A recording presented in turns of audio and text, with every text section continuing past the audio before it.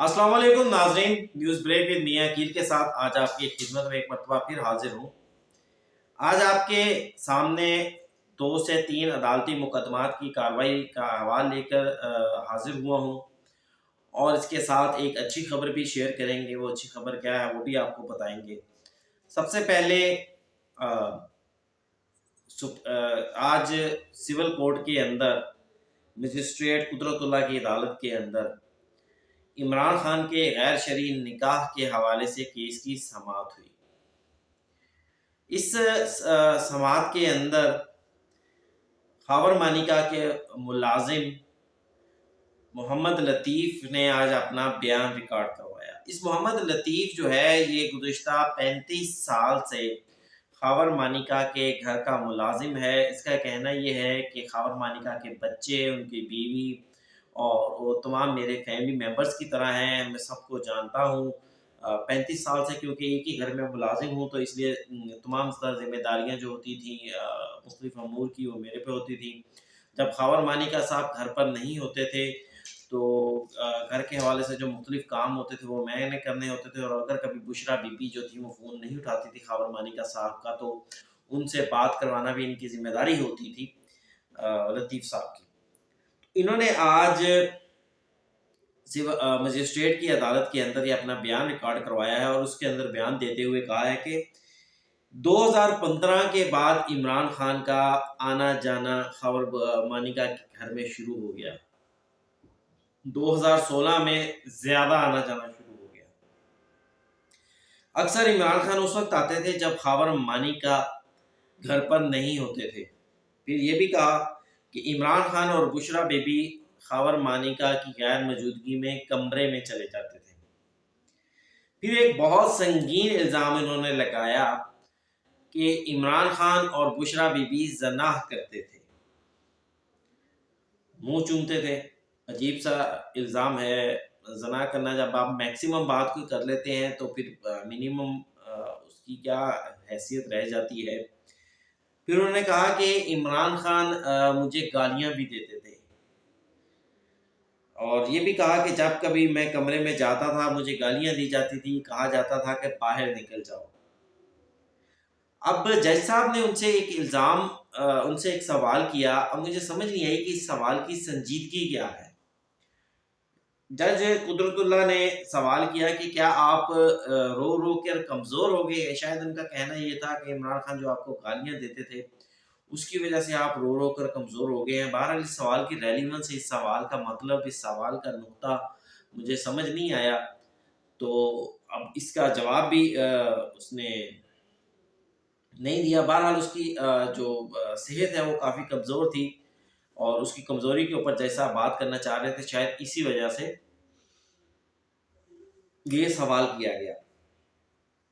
अब उसके बाद उसका कहना था कि जब कभी बुशरा बीबी फ़ोन नहीं उठाती थी, जब कभी इमरान खान घर पे आते थे तो बुशरा बीबी जो थी वो उनका, बुशरा आपा का लफ्ज़ उसने इस्तेमाल किया है कि बुशरा आपा उनका फ़ोन नहीं उठाती थी इमरान खान की मौजूदगी में। फिर तो खावर मानिका मुझे कहते थे कि जाओ मेरी बात कराओ। जब मैं बात करवाने के लिए जाता था तो आगे ये दोनों कमरे के अंदर बरहना हालत में होते थे, दोनों के कपड़े उतरे हुए होते थे। और फिर ये भी कहा कि साहब के हवाले में मैं खावर मानिका साहब को बताता रहा हूँ। और ये एक अजीब सी बात है। ये आज चौथे गवाह थे, उसका बयान रिकॉर्ड हो गया। अब इस की केस की मज़ीद समाअत जो है वो 8 दिसंबर तक मुलतवी कर दी गई है, और केस के काबिल समाअत होने के हवाले से दलाइल तलब कर लिए गए हैं। दोस्तों, कल इमरान खान ने जेल मुलाकात के अंदर सहाफ़ियों के सामने ये कहा था कि मैं हलफ देने को तैयार हूँ, मैं कुरान उठाने को तैयार हूँ कि मैंने बुशरा बीबी का चेहरा पहली मर्तबा निकाह के बाद देखा। इसके ऊपर बहुत सारे लोगों ने एतराज़ किए कि जनाब ये कोई अरेंज मैरिज तो थी नहीं जो हम कहें कि आपने बुशरा बीबी को देखा ही नहीं और निकाह की ख्वाहिश का इजहार कर दिया। निकाह हो गया, 2 3 4 साल आप उनके घर जाते रहे, आपने उनका चेहरा देखा ही नहीं था। तो बहुत सारी तनकीद हुई इसके ऊपर, बहुत सारे सवालात उठे। बहरहाल आज जो मुलाजिम लतीफ़ का बयान है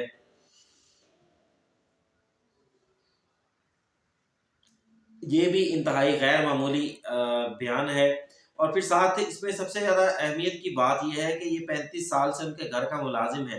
अच्छा दोस्तों, अगर आपने वो वीडियोज़ देखी हो, जो उसमें इस मोहम्मद लतीफ़ को अदालत में लाया ले जा रहा है और ले जाया जा रहा है, तो उसमें एक शख्स है उनके साथ जिसने अपना चेहरा मास्क से ढँपा हुआ है।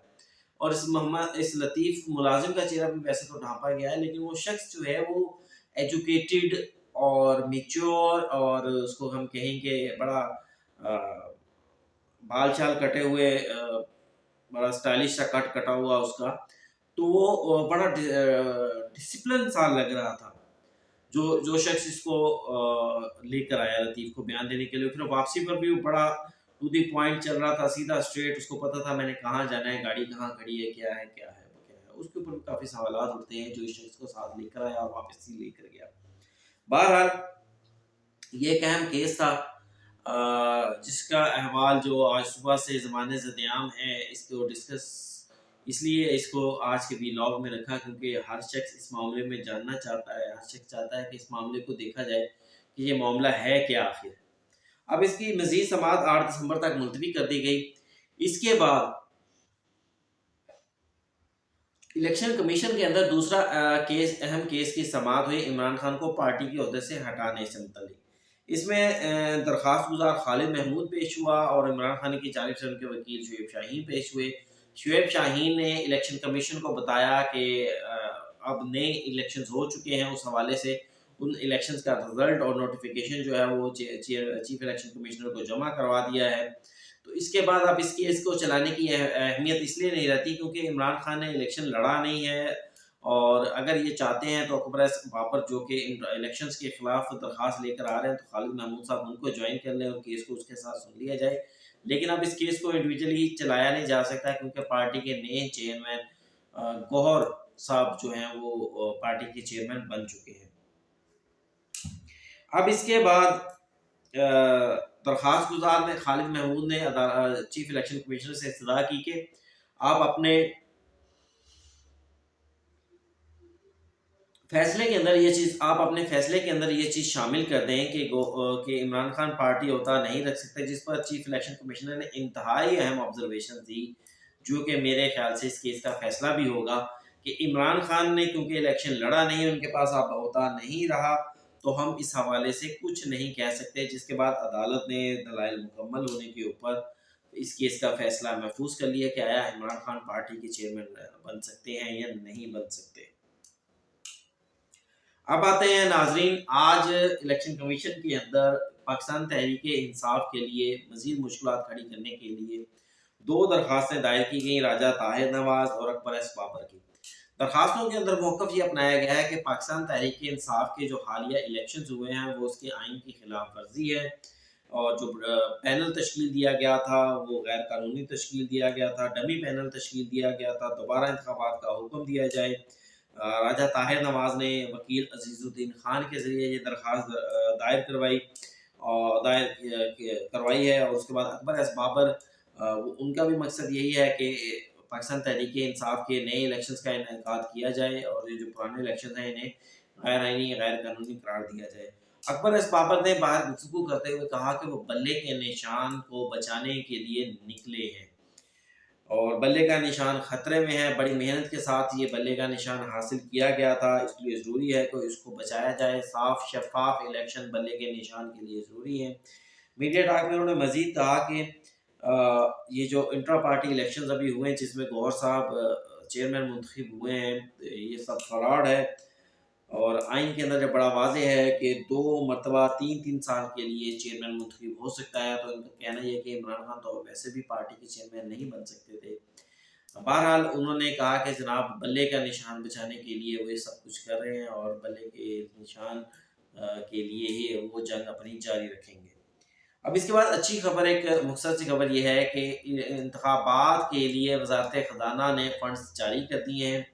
10 अरब रुपए पहले जारी कर दिए गए थे और 17 अरब के फंड्स आज वज़ारत ख़ज़ाना की जानिब से इलेक्शन कमीशन को जारी कर दिए गए, और इस तरह मजमूई तौर पर 17 अरब 40 करोड़ रुपए के फंड्स इलेक्शन कमीशन को जारी किए जा चुके हैं। ये वही फंड्स हैं जो साबका चीफ जस्टिस उमर अता बंदयाल के दौर में सुप्रीम कोर्ट के अहकामात के बावजूद जारी नहीं किए जा रहे थे।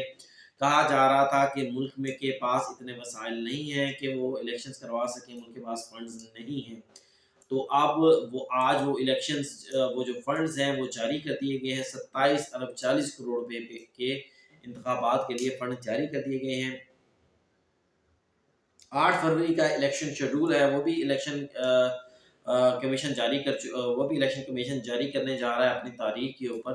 तो ये अच्छे इक़दाम हैं, इनसे लग यूँ रहा है कि जैसे आम इंतखाबात होने जा रहे हैं।